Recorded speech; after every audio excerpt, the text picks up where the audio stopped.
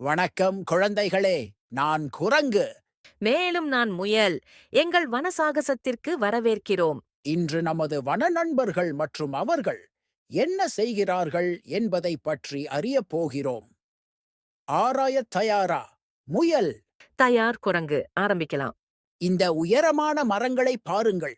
என்ன செய்கிறார்கள் தெரியுமா? அவை நமக்கு நிழலையும் பறவைகளுக்கு வீடுகளையும் தருகின்றன. அது சரி, நீங்கள் வண்ணமயமான பூக்களை பார்க்கிறீர்களா? அவை மிகவும் இனிமையான வாசனை மற்றும் தேனீக்களுக்கான உணவாகும். தேனீக்கள் பிஸியான வேலையாட்கள். அவை மகரந்தத்தை பரப்புவதன் மூலம் பூக்கள் வளர உதவுகின்றன. குரங்கு, எங்களை பற்றி என்ன? காட்டில் நாம் என்ன செய்வது? நான் மரத்திற்கு மரத்திற்கு ஊஞ்சலாடி வாழைப்பழம் சாப்பிடுவேன். ஆம், நான் சுற்றி குதித்து சுவையான கேரட் மற்றும் கீரை சாப்பிடுவேன். அந்தச் சிறிய சிற்றோடையை பார்க்கிறீர்களா? ஆம், இதில் என்ன விசேஷம்?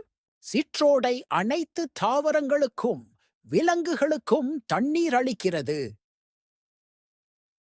இது மிகவும் முக்கியமானது. சிறிய எறும்புகளை பாருங்கள். அவர்கள் உணவை எடுத்துச் செல்கிறார்கள். எறும்புகள் ஒன்றாக வேலை செய்வதில் சிறந்தவை. அவர்கள் தங்கள் வீட்டிற்கு உணவை எடுத்துச் செல்கிறார்கள். ஆஹா!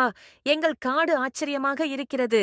ஆம், அதை சுத்தமாகவும் நம் நண்பர்கள் அனைவருக்கும் பாதுகாப்பாகவும் வைத்திருப்பது முக்கியம்.